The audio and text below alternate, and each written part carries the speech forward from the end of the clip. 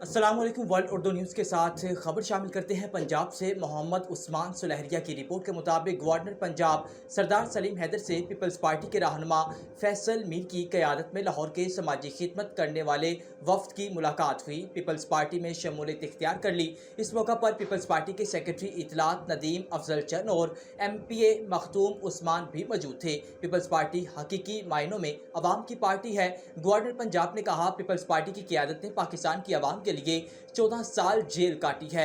आने वाली वक्त में पाकिस्तान की गैर कौम तीर पर ठप्पा लगाकर बिलावल भुट्टो को वजीर आज़म बनाएगी। पीपल्स पार्टी के कारकुन और जियाले मुतहरिक और मजबूत हो जाएंगे। पीपल्स पार्टी हर सोच और हर तबके को साथ लेकर चलती है। मुल्क की खातिर पीपल्स पार्टी हर चीज़ कुर्बान करने को तैयार है।